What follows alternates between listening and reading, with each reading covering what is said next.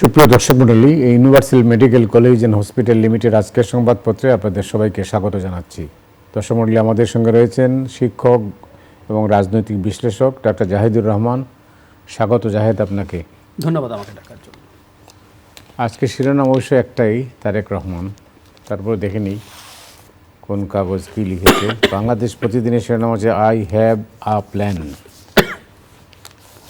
মানব জমিন বাংলার Luther king রাষ্ট্রনায়কোচিত ভাষণ। আমার দেশ ইতিহাস গড়ে ফিরলেন Tarique Rahman. Kaler Kantho I have a plan Tarique Rahman. Kalbela I have a plan. Desh Rupantor আমার একটি পরিকল্পনা আছে। খবরের কাগজ ঐক্যবদ্ধ নিরাপদ দেশ গড়তে চাই। করতো আমরা দেশের শান্তি চাই। শান্তির বার্তাই অনেকখানি সবচেয়ে বেশি গুরুত্ব পেয়েছে। যাই হোক, তারেক রহমানের স্বদেশ প্রত্যাবর্তনের উপরে সব কাগজে যে শিরোনাম, অন্যান্য কাগজ যেগুলো আসবে সেটাও তো একই রকমের শিরোনামই থাকবে। বিশ্ব মিডিয়াতেও তারেক রহমানের কাভারেজ অনেক বেশি। যাই হোক, তিনি আসলেন অনেকটা নাটকীয় কায়দায় বক্তৃতা করেছেন। 17 বছর নির্বাসনে ছিলেন, 17 মিনিটই বক্তৃতা করেছেন। আর অনেক অনেক উল্লেখযোগ্য দিক জানেন যে চেয়ারটা তার জন্য রাখা হয়েছিল, সেই চেয়ারেও বসার নাই। মাটিতে ঘাসে কী করে মাটি ছুঁয়েছেন, এটা কিন্তু মানে অনেকটা উল্লেখযোগ্য দিক। তারপরে আপনি যেটা বিষয়ে আলোচনার জন্য সুযোগ হবে সেটা হচ্ছে তিনি নিরাপত্তার উপরে বেশি প্রায়োরিটি দিয়েছেন। আপনি কীভাবে দেখছেন? তার ফেরানি ওই যে একটা কথা বলেন না, এলাম দেখলাম জয় করলাম, ইয়া আক্ষরিক অর্থে সেরকম হয়েছে। মানে আমি ফেসবুকেও খেয়াল করার চেষ্টা করেছি, যারা নানাভাবে তারেক রহমানকে বাজে ভাষায় আক্রমণও করতেন, আজকের এই পরিস্থিতি দেখে এবং তিনি যা করলেন, যেভাবে আসলেন, যা যা ঘটলো, মানে বাংলাদেশের রাজনীতিবিদদের মধ্যে সবচেয়ে বড় রাজনৈতিক দলটা তিনি প্রধান, ডিফ্যাক্টো প্রধান। এবং খোলামেলা আমি বলে ফেলতে চাই যে নির্বাচনটা হবে, সেটা সুষ্ঠু হলে তিনি প্রধানমন্ত্রী হবেন, এটাই আমি শতভাগ নিশ্চিত। এরকম একটা প্রেক্ষাপটে দাঁড়িয়ে একজন বিশ্ব মিডিয়া তাই বলছে। জি, আপনি যে তার চেয়ার সরিয়ে রাখার কথা বললেন, তার বক্তৃতার কথা হলো, আমরা কন্টেন্টের আলোচনায় আসবো, যে পরিমিতিবোধ, যে ইনক্লুসিভ মেন্টালিটি, এগুলো একটা মানুষকে জিতে নেওয়ার জন্য মানে আর কিছু লাগে না। এত অসাধারণ হয়েছে সব কিছু, ইন এনি কনসিডারেশন। এটা অনেক বড় ব্যাপার হয়ে দাঁড়িয়েছে। তো উনি জিতে নিলেন, মানুষের মানে মন জিতে নিলেন।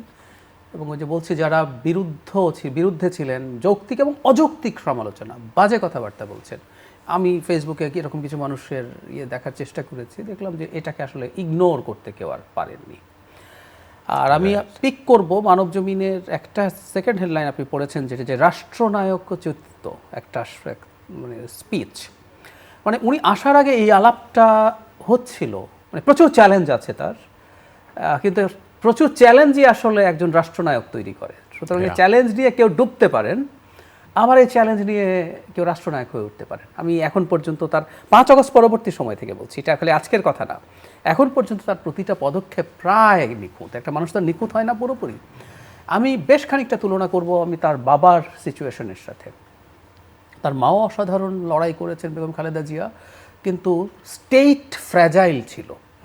নভেম্বরের 7 তারিখে যখন জিয়াউর রহমান ক্ষমতায় আসেন, আমাদের স্টেটের অবস্থা নভেম্বরের 3 থেকে বিশেষ করে 15 আগস্ট পরবর্তী সময় তো খারাপ ছিলই, 3 থেকে 7 এই সময়টা খুবই টাফ একটা টাইম ছিল। সেখানে দায়িত্ব নিয়ে তিনি স্টেবিলিটি নিশ্চিত করেছেন এবং দেশকে চমৎকার উন্নয়নের দিকে নিয়ে গেছেন। আমরা আজও আলাপ করি, বাংলাদেশের অর্থনীতির ভিত্তি তৈরি হয়েছিল আসলে তার সময়। ঠিক একই রকম একটা সময়ের মুখোমুখি দাঁড়িয়ে আছেন তারেক রহমান। খুবই ইন্টারেস্টিংলি, মানে ওনার মাও ইনফ্যাক্ট এরশাদ বিরোধী আন্দোলনের নেতৃত্ব দিয়ে দেশকে গণতন্ত্রের পক্ষে আনার প্রধান যিনি লড়াই করেছেন তিনি। এখন তারেক রহমানের সেই সুযোগটা সামনে এসে হাজির হয়েছে। আমি কথাটা বলছি সেটা হলো, তারেক রহমান এখন এমন একটা সময়ে বাংলাদেশে এসছেন, এমন একটা জায়গায় তিনি এবং তার দল দাঁড়িয়ে আছে, যখন আসলে দ্বিতীয় প্রধান দল, আমরা আওয়ামী লীগকে যদি সরিয়ে রাখি, দ্বিতীয় প্রধান দলটা অকল্পনীয় রকম দূরে বলে আমি মনে করি। আমরা সোশ্যাল মিডিয়ার হাইপ দেখি, কিছু কিছু জরিপে মাঝে মাঝে খুবই কাছাকাছি বলা হচ্ছে। আমি এই ন্যারেটিভটা আমি রিলাই করি না, আমাদের জরিপ নিয়ে আমার ডিফারেন্ট পয়েন্ট অফ ভিউ আছে। তো তাহলে দিনের শেষে নির্বাচন হবে, নির্বাচন হলে তিনি দায়িত্বে যাবেন প্রধানমন্ত্রীর। তো সুতরাং তার সাথে কিন্তু আমাদের ভাগ্য জুড়ে গেল। এই যে অনেকে যে হেডলাইনটা করেছেন যে আই হ্যাভ আ প্ল্যান বা আমার একটা পরিকল্পনা আছে, ওনার যে পরিকল্পনা আছে, ওনার এই পরিকল্পনা বাস্তবায়ন যদি ঠিকঠাক মতো বা কাছাকাছি মতো হয়, আমাদের দেশ পাল্টে যাবে। এবং ওনার এই পরিকল্পনা বাস্তবায়িত না হলে আমরা মহা বিপদে পড়বো। আর আমাদের একটা কথা মনে রাখা দরকার, এটা একটা স্বাভাবিক বাংলাদেশ না, একটা স্বৈরাচার পরবর্তী গণ অভ্যুত্থান। আমি জায়গাটা একটু ক্লিয়ার করি, আমরা অনেকে একটা ভুল করছি ইদানিং। আমরা শ্রীলঙ্কা নেপালকে দেখিয়ে বলছি আচ্ছা ওরা এত তাড়াতাড়ি রিকভার করলো, আমরা কেন পারবো না, পারছি না। শ্রীলঙ্কা নেপাল কোনোভাবেই বাংলাদেশের সাথে তুলনীয় না। কারণ এই দুটো দেশে সরকারের উপরে জনগণের ক্ষোভ তৈরি হয়েছে, জনগণ আন্দোলন করে সরকারের পতন ঘটিয়েছে। কিন্তু এই দুটো দেশের কোনো সরকার, একটাতে প্রেসিডেন্ট আর একটাতে প্রধানমন্ত্রী, কোনোভাবেই অবৈধ নির্বাচন দিয়ে ক্ষমতায় ছিলেন না। সুষ্ঠু নির্বাচনে তারা নির্বাচিত হয়েছেন। তাতে যেটা হয়, ওই দেশগুলোর প্রতিষ্ঠানগুলো সব টিকে ছিল। বাংলাদেশকে রাদার আমাদের তুলনা করা উচিত হবে মিডল ইস্টের আরব বসন্তের পর। একজন 25 বছর, একজন 32 বছর ক্ষমতায় থাকার লোক, একজন 45 বছর, 40 বছর, এদের পতনের পরে যে ঘটনা হয় বাংলাদেশের তুলনা হবে সেটার সাথে। কারণ স্বৈরাচারী সরকারগুলো ক্ষমতায় থাকার জন্য রাষ্ট্রের প্রতিটা স্ট্রাকচার, প্রতিটা ইনস্টিটিউট ভেঙে ফেলে। তো তারেক রহমানের সামনে তিনি যদি ক্ষমতায়ও যান, প্রধানমন্ত্রী হন, তিনি কিন্তু একটা ভঙ্গুর বা ভেঙে পড়া সিস্টেমের উপরে দাঁড়িয়ে ক্ষমতায় যাচ্ছেন। এই কারণেই তিনি বারবার শান্তির কথা বলছেন। একদম। আর শান্তির কথা ইনফ্যাক্ট আমি তারও আগে বলি, এটা হলো তার ইমিডিয়েট চ্যালেঞ্জ যেটা, সেটা হচ্ছে আমি মনে করি এই চ্যালেঞ্জটা ওভারকাম হয়ে যাবে। তিনি যেহেতু ফিরে এসছেন দেশে, নির্বাচনকে সামনে রেখে কিন্তু অশান্তির জায়গা আছে। এবং তার স্পিচে আমরা এই জিনিসটা খুব ক্লিয়ারলি দেখেছি। আমি অনুমান করি আগামীতে বিএনপি তার নির্বাচনী ক্যাম্পেইনের অংশ করে তুলবে এটা। কারণ তার উল্টো পাশে যারা আছেন তাদের বিরুদ্ধে বিভিন্ন জায়গায় মব তৈরি, উস্কানি দেয়া, এটা ভেঙে ফেলো, ওটা পুড়িয়ে ফেলো, এরকম নানান রকম বক্তব্যের অভিযোগ আছে। সেই কারণে মানুষের মূল কনসার্নটা তিনি ধরে ফেলেন। বিশেষ করে প্রথম আলো, ডেইলি স্টার, উদীচী এবং ছায়ানটে যে হামলা হলো উসমান হাদির মৃত্যুকে কেন্দ্র করে, এই হামলা দেখার পর আমাদের অন্তত একটা বিরাট অংশের মানুষের মধ্যে এই ভীতি ছড়িয়ে গেছে। আমি একটু বলে রাখি যে এই প্রত্যেকটা প্রতিষ্ঠানের বিরুদ্ধে, বিশেষ করে দুটো পত্রিকার বিরুদ্ধে অনেকেরই অনেক অভিযোগ আছে, অনেক অভিযোগ যৌক্তিকও। কিন্তু তার জন্য যেভাবে ঘটনাটা ঘটানো হলো, এখন আসলে বাংলাদেশে শৃঙ্খলা, নিরাপত্তা, শান্তি এগুলো প্রধান হয়ে দাঁড়িয়েছে। উনি বারবার এসছেন এবং আমরা শান্তি চাই কথাটা উনি 3 বার বলেছেন পরপর। সুতরাং এটা ওনার কাছে কত বড় গুরুত্বপূর্ণ ব্যাপার যে মানুষ বেরোবে, নিরাপদে বাড়ি ফিরে আসতে পারবে। এর চেয়ে তো আসলে বড় কিছুর গ্যারান্টি নাই। এই গ্যারান্টি যদি কেউ দিতে পারে, এই গ্যারান্টি যদি কেউ নিশ্চিত করতে পারে, এবং এটাই যে ডিমান্ড, এটা উনি ধরতে পেরেছেন। মার্টিন লুথার কিং কিন্তু 2,40,000 মানুষের সামনে ওয়াদা করেছিলেন, বক্তৃতা করেছিলেন, তার প্ল্যানটা বলেছিলেন, আই হ্যাভ এ প্ল্যান, কি আর এই তো ড্রিম, স্বপ্ন। আর তারেক রহমান লক্ষ লক্ষ মানুষের সামনে সেই প্ল্যানের কথাই বলছেন। আমার ব্যক্তিগত অভিমত হচ্ছে এটার মাধ্যমে ইটস ফাইন, এটাকে আমি পছন্দ করছি, কিন্তু উনি নিজের উপর একটা খুব বড় চ্যালেঞ্জ তৈরি করেছেন। কীরকম? যখন আপনি লুথার কিংকে আনছেন, এনে এইরকম একটা মানে অসাধারণ স্মরণীয় স্পিচ, পৃথিবীর স্পিচের র্যাঙ্কিং হয়, তালিকা হয়, এর মধ্যে একদম ওপরের দিকে থাকে। ওনার স্পিচটা ছিল মূলত বর্ণবাদ বিরোধী। এই যে প্যারাগ্রাফটা এটা আছে, এটার পরের অংশ আছে যে উনি ড্রিম দেখেন যে সব মানুষ উইল বর্ন ইকুয়াল, জন্ম থেকে কেউ আলাদা হবে না, আলাদা সবাই একই রকমভাবে সমানভাবে জন্মাবে। সেটাকে টেনে তিনি যখন বলছেন have a plan, owner plan সম্পর্কে আমাদের মোটামুটি ধারণা আছে। উনি 31 দফা তো বটেই, আস্তে আস্তে কিন্তু প্রতিটা সেক্টর ধরে উনি কী করতে চান এই কথাগুলো নিজের মুখে বলছেন। অনেকগুলো সেল তৈরি করেছেন যেখানে খুবই কম্পিটেন্ট এবং কেপেবল মানুষজন কাজ করছে বলে আমরা জানি। এগুলো জানাচ্ছেন তিনি, এবং তিনি কেমন দেশ দেখতে চান এই প্ল্যানগুলো মানুষের সামনে আছে। এখন এটা বলার মাধ্যমে এই চাপ তিনি নিজের উপরেও তৈরি করলেন যে এটা যদি তিনি মানে মোটামুটিও যদি সফল না হতে পারেন, খুব বড় সমালোচিত হবেন। এই যে বাক্যটা, এই বাক্যটা নিয়ে কিন্তু তাকে আক্রমণ করা হবে। আবার তিনি যদি সফল হন, মানে এটা বাংলাদেশের স্ট্যান্ডার্ডে, বাংলাদেশের ইতিহাসে এই যে আই হ্যাভ এ প্ল্যান, এই বাক্যটা, এই ছোট্ট বাক্যটা অসাধারণ স্মরণীয় একটা জিনিস হয়ে থাকবে, পলিটিক্সের ব্যবহৃত ভাষা। সো হাইলি রিস্কি গেম, এবং আমরা চাই তার উপরে উনি ওনার এই চাপটা বোধ করুক, মানে আমাদের যিনি এই ধরনের দায়িত্বে থাকবেন তিনি ক্রমাগত যাতে চাপ ফিল করেন যে আমাকে মানুষের প্রত্যাশা, তো আমি তো অনেক প্রত্যাশা তৈরি করেছি, সেটা ফুলফিল করতে হবে। আর একটা জিনিস মনে রাখা দরকার, শেখ হাসিনা পরবর্তী সময়ে ডক্টর ইউনূসের সরকারের উপরেও প্রচুর মানে একেবারে পর্বতসম প্রত্যাশা ছিল। এটাই নিয়ম, ওনার উপরেও কিন্তু একই রকম প্রত্যাশার পাহাড় চাপবে। ওনার উচিত হবে মানুষকে একটু সময় দিয়ে ধাপে ধাপে কিভাবে করবেন, কিন্তু প্ল্যানটা আরও বিস্তারিতভাবে বলতে হবে নিয়ে আসা, এবং সেটা তো সময়ের ব্যাপার। সময়ের ব্যাপার। উনি করছেন, উনি আস্তে আস্তে আনফোল্ড করছেন। যেমন আমি একটা উদাহরণ দিই, আমার খুব ভালো লেগেছে একটা জিনিস, তিনি যখন উনি ইনক্লুসিভ বাংলাদেশের কথা বলছেন, তিনি সমতল পাহাড়, বিভিন্ন ধর্মের মানুষের কথা বলছেন, এগুলো সব আনছেন। একটা জায়গায় তিনি নারীদের, এত কোটি নারী, এত কোটি তরুণ, এত কোটি কৃষক, তারপর বলছেন 40 লক্ষ প্রতিবন্ধী। এটা তো অসাধারণ, আমার অসাধারণ লেগেছে। মানে যে মানুষটা সমাজের প্রান্তিক মানুষের সংখ্যা সহ জানেন, আমি এই কারণে কথাটা বলতে যাচ্ছি, আমি শুধু এটা না, আমি আগে অন্যান্য প্রোগ্রামে দেখেছি তিনি স্পষ্টভাবে ঢাকায় কত কোটি লিটার পানি প্রয়োজন হয়, পার হেড কতটুকু পানি লাগে, একটা প্রোগ্রামে দেখলাম উনি একদম কিছু না দেখে এগুলো প্রত্যেকটা বছর এই পানি কীভাবে আসতে পারে, কোত্থেকে আসতে পারে, আমরা আন্ডারগ্রাউন্ড ওয়াটার ব্যবহার করে কী পরিমাণ ক্ষতি করছি, এগুলো করে ওনার প্ল্যান কি, দুর্দান্তভাবে উনি সব কিছু বলছেন। সো এই যে 40 লক্ষ প্রতিবন্ধী আছে, এর কথা যে রাষ্ট্রনায়ক হতে যাচ্ছেন যিনি ভাবেন, এটা অসাধারণ ব্যাপার। যে সমাজের সবচেয়ে, মানে এদেরকে তো আমরা ইগনোর করি, এদেরকে আমি আমার বক্তৃতায় তুলে আনছি। তো আমি এটাই বলতে চাই যে তার প্ল্যানের মধ্যে সবাই সম্ভবত মানে খুব ভালোভাবে ইনক্লুডেড আছে, এবং দীর্ঘদিন এমন একটা দেশে ছিলেন যেখানে ওয়েলফেয়ার ইকোনমি ছিল। সো শুধুমাত্র স্থিতিশীলতা, নিরাপত্তা না, অর্থনৈতিক বিকাশের মাধ্যমে সেটা মানে অনেক ধরনের সংখ্যা ছিল, নিরাপত্তা ঝুঁকি ছিল, সব উপেক্ষা করে তিনি এসেছেন। এবং বাংলাদেশের নিরাপত্তা কর্মীরা যেভাবে এত সুন্দরভাবে, এত বিশাল এক জনসভায়, একটা জনসমুদ্রে যেভাবে নিরাপত্তা নিশ্চিত করেছে, এটা কিন্তু এটা আসলেই এটা উল্লেখ করার মতো, খুবই উল্লেখ করার মতো ব্যাপার। এবং সরকারকেও, সরকার প্রধানকে তিনি নেমেই ডক্টর ইউনূসকে ফোন করেছিলেন।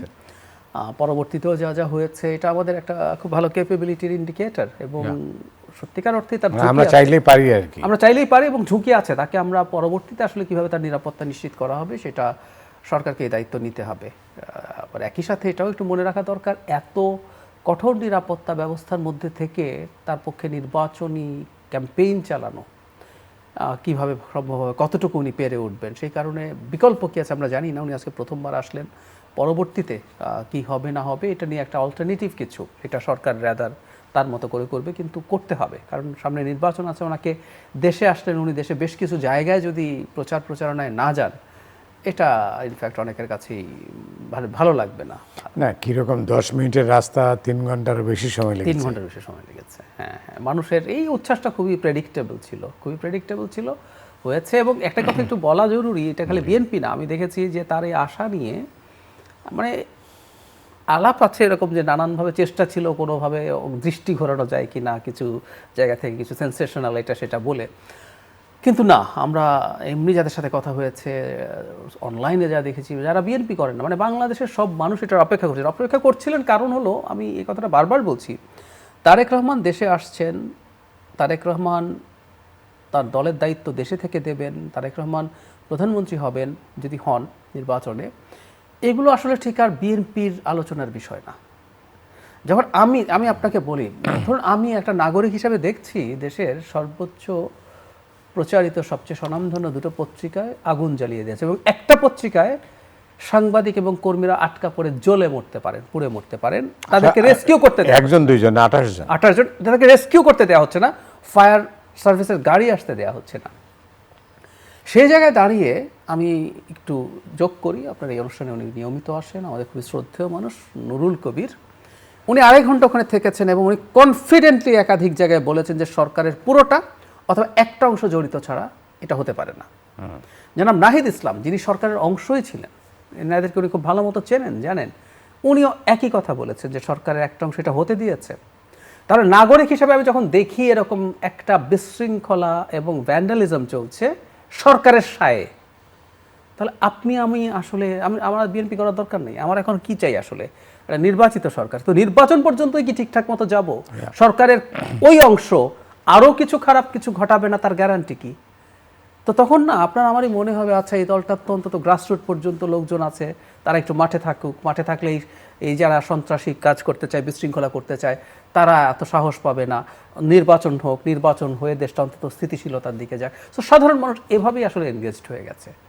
তারেক রহমানের কাছে আপনার প্রত্যাশা কি? শর্ট টার্মের প্রত্যাশা হচ্ছে তিনি নির্বাচন পর্যন্ত, এখনও কিন্তু আমি ব্যক্তিগতভাবে মনে করি নির্বাচন হবেই। আমি ব্যক্তিগতভাবে মনে করি নির্বাচন হওয়ার আগে আবারও শেষবারের মতো মাঝে মাঝেই নির্বাচনকে ঝামেলায় ফেলার, টার্গেটেড কিলিং, এরকম বিশৃঙ্খল পরিস্থিতি তৈরি করা, নির্বাচনের দিন কিছু না কিছু ঝামেলা করার চেষ্টা নানান দিক থেকে হবে। বাংলাদেশ একটা গণতান্ত্রিক দেশ হিসেবে প্রতিষ্ঠিত হওয়া আওয়ামী লীগ পছন্দ করবে না, মুখে নির্বাচনের কথা বলে, কিন্তু একটা বিশৃঙ্খল বাংলাদেশী ভারতের পছন্দ হবে। এটা এখন আলাপের সুযোগ নেই, তাই বিস্তারিত আলোচনা করছি না। এটুকু বলে রাখি, গণতান্ত্রিক বাংলাদেশের কোনো প্রধানমন্ত্রী শেখ হাসিনা যেভাবে ভারতকে সার্ভ করেছে সেভাবে পারবে না। সেই কারণে একটা গণতান্ত্রিক নির্বাচিত প্রধানমন্ত্রী ভারত চাইবে না। আর দেশের ভেতরে কিছু পলিটিক্যাল পার্টিজ আছে, তারা বিরাট ক্ষমতা এনজয় করছে। এটা পিছিয়ে গেলে আরও বেশি দিন সেই ক্ষমতা এনজয় করা যাবে। কিছু ব্যক্তি আছে দেশে এবং বিদেশে, তারা এই অ্যানার্কি তৈরি করতে চায়। সো নির্বাচন পর্যন্ত দেশকে নিয়ে যাওয়া হলো তার প্রতি আমার প্রথম প্রত্যাশা। এটা অনেক কিছু হয়ে যাবে, কারণ হলো উনি আসার সাথে সাথে ওনার দল হাইলি মোটিভেটেড হবে। উনি যখন স্টেটাস দিয়ে জানালেন কেন দেশে আসছেন না, এটা কিছু প্রশ্নের জবাব দিলে অনেক প্রশ্ন তৈরি করেছে আরও। মানে কেউ কেউ ইভেন আমি বিএনপির দু একজন মোটামুটি পরিচিত মানুষ বা মোটামুটি ভালো পদে থাকা মানুষ আমাকে এমন বলছে, উনি যদি ওনার আশাটাকে এনশিওর করতে না পারেন, তার মানে কত বড় একটা শক্তি আছে যেটা ওনাকে আসতে দিতে চাইছে না, বা তাদের সাথে কিছু একটা লাগবে। তো তারা যদি নির্বাচন না চায় আমরা কি করব? উনি আসার সাথে সাথে এটা শেষ হয়ে গেল। নাম্বার 2, এই যে নির্বাচন হবে কি হবে না, এই দোলাচল, এই আশঙ্কা যখন সাধারণ মানুষরা করেন, শিক্ষিত মানুষরা করেন, মধ্যবিত্তরা করেন, সে চিন্তা তো পুলিশ প্রশাসন, সেনাবাহিনী সব জায়গায় ছিল। একটা অংশের মধ্যে তো কনফিউশন থাকতে পারে। আমি অন্তত এরকম দু একজনের সাথে ব্যক্তিগত কথার সময় দেখেছি, তারাও একই প্রশ্ন করছেন। তারেক রহমান আসার সাথে সাথে কিন্তু তাদের মধ্যে নির্বাচন হবে এটা নিয়ে কনফিউশন নেই। ফলে তারাও তাদের দায়িত্বে যেটুকু গাফিলতি আমরা দেখছিলাম, আমি ধারণা করি এটা শক্ত হয়ে যাবে। একই সাথে সরকারের মধ্যে যে অংশ, আমি কোট করছি ওই দুজনকে, যে অংশ এটা ঘটতে দিতে চেয়েছে, ওনাদেরকে কোট করা লাগে না, আমরা বাইরে থেকে দেখছি ঘন্টার পর ঘন্টা কি হয়েছে। তাদেরও আশা করি আর অত উৎসাহ উদ্দীপনা শেষ পর্যন্ত আর থাকবে না উনি চলে আসার ফলে। তো কাজ ওনার জন্য সহজ, কিন্তু তারপরও এই সময়টা পর্যন্ত আমার প্রত্যাশা উনি নির্বাচন পর্যন্ত দেশকে নিয়ে যেতে হবে। উনি প্রধানমন্ত্রী হবেন এই ব্যাপারে আমি অন্তত নিশ্চিত। আমি ওই মানে যদি কিন্তু দিয়ে বলছি না। ওনার কাছে আমার চাওয়া হচ্ছে, ওনার সামনে বিরাট চ্যালেঞ্জ আছে। যে বললাম, একটা ধ্বংসপ্রাপ্ত দেশে কোনো সিস্টেম নাই, উনি দাঁড়ালেন। পর্বত পরিমাণ প্রত্যাশা মানুষের, বিরাট চ্যালেঞ্জ আইদার কাউকে শেষ করে ফেলে। ডক্টর ইউনূসের উপরে বিরাট চ্যালেঞ্জ ছিল, উনি খুব বাজেভাবে ফেল করেছেন। আবার বিরাট চ্যালেঞ্জ কাউকে স্টেটসম্যানের জায়গায় নিয়ে যায়, রাষ্ট্রনায়ক। আপনি যে রাষ্ট্রনায়ক চরিত্র স্পিচের কথা মানবজমিন লিখলো, এই সুযোগটা ওনার সামনে এসে হাজির হয়েছে। আমার প্রত্যাশা উনি ওনার এই চ্যালেঞ্জটা খুব ভালোভাবে ডিল করে উনি প্রকৃত অর্থে একজন রাষ্ট্রনায়ক হয়ে উঠবেন। ওনার বয়স, ওনার অভিজ্ঞতা সব কিছু একদম পারফেক্ট জায়গায় আছে। বাংলাদেশ কিন্তু মিড-40s লোকজনকে দিয়ে চালানো সম্ভব না, আমাদের এটা অনেক জটিল দেশ। সো ওনার যে বয়স এখন আছে, ওনার যে অভিজ্ঞতার মধ্য দিয়ে গেছেন, উনি দলকে যেভাবে পরিচালনা করেছেন, একদম সঠিক জায়গায় আছেন উনি। যদি আমার প্রত্যাশা হচ্ছে তিনি এটা সবচেয়ে জরুরি, একটা ভালো টিম সিলেক্ট করবেন দেশ পরিচালনার জন্য। এটা জরুরি, কারণ দেশ চালাতে টিম লাগে, এবং তার দলকে যতটা সম্ভব তার চিন্তার সাথে অ্যালাইন করা। ওনার চিন্তা কিন্তু আজকেই যে আমরা শুনেছি তা না, উনি এর মধ্যে অনেক কথা বলেছেন, এবং ওই কথা বলার ক্ষেত্রে আমরা তার চিন্তা সম্পর্কে জানি, কিন্তু তার দল তার সাথে অ্যালাইন করছে কিনা এগুলো সব করবেন। এবং আমাদের প্রত্যাশা হচ্ছে তিনি সফল হন, তিনি রাষ্ট্রনায়ক হয়ে উঠুন। তিনি রাষ্ট্রনায়ক ঘটলে আমাদেরই সুবিধা। অনেকে যেটা বলছেন তার মূল চ্যালেঞ্জ হবে দল থেকে, আমি টু সাম এক্সটেন্ট মনে করি। তবে আমি আবার এবার যেহেতু আসছেন, বিশেষ করে যদি তিনি দায়িত্বে যান প্রধানমন্ত্রীর, তখন তো তার হাতে প্রশাসনিক ক্ষমতা থাকবে। এতদিন পর্যন্ত তিনি তো সেটা বলতে পারতেন যে ওনার হাতে তো সেটা নেই, তাই অনেক কিছু নিয়ন্ত্রণ করতে পারেন নাই। এখন সেটা যদি করেন সেটা হবে। এক তো হলো তাদের করা দুর্নীতি অনিয়ম নিয়ন্ত্রণ করা, এটা অস্তিত্ব আছে। এটাও খুব জরুরি যে আপনি টিমটা কিভাবে সিলেক্ট করবেন। একটা দল, সমস্যাটা কোন জায়গায় আমি একটু খোলাখুলি বলেই ফেলি। একটা দল দীর্ঘদিন লড়াই করেছে, ধরুন কোনো একজন ব্যক্তি এ জেল খেটেছেন বারবার, 100, 200, 300 মামলা ছিল, 500 পর্যন্ত আছে, জেলে গেছেন, অনেক কিছু করেছেন। আমাদের রাজনীতিতে একটা কথা আছে, মূল্যায়ন করা। এখন তাকে মন্ত্রী বানাতে হবে, এরকম একটা মনেও হয় আপনার, কিন্তু এই মানুষ অতটা কেপেবল না। তো কী ধরনের জটিলতা তৈরি হতে পারে, আমি মানে দীর্ঘ 17 বছরের প্রশ্ন। তো এখন টিম সিলেকশনের সময় আসলে মানে সরকারের যে কোর টিম, এইটা সিলেকশনের সময় তাকে আসলে আমি মনে করি যথেষ্ট টাফ থাকতে হবে। এটা খুঁজে বের করতে হবে, এক একটা যোগ্যতা এক একজনের।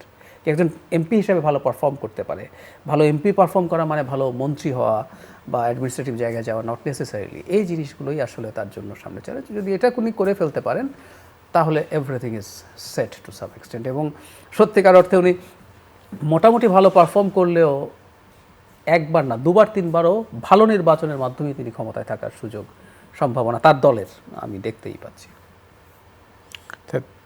এত সব চ্যালেঞ্জের মধ্যে দিয়ে তাকে তো যেতে হবে, কিন্তু ওই জায়গাতে সঠিক সময়ে সঠিক সিদ্ধান্ত নিতে হবে।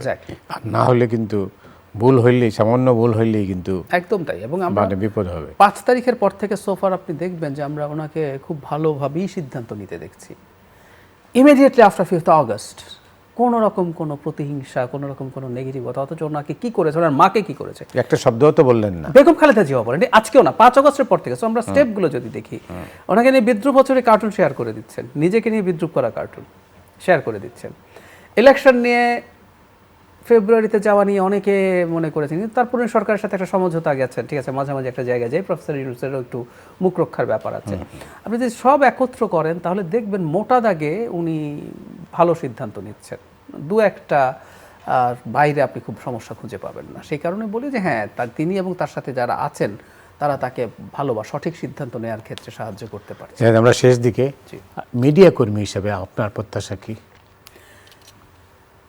যেটা প্রত্যাশা আছে সেটা অলরেডি উনি করছেন, সেটা হলো মিডিয়া জাস্ট কিছু নীতিমালা আছে, যা যা আছে একটা স্ট্রাকচার থাকবে, মিডিয়াকে কথা বলতে দিতে হবে।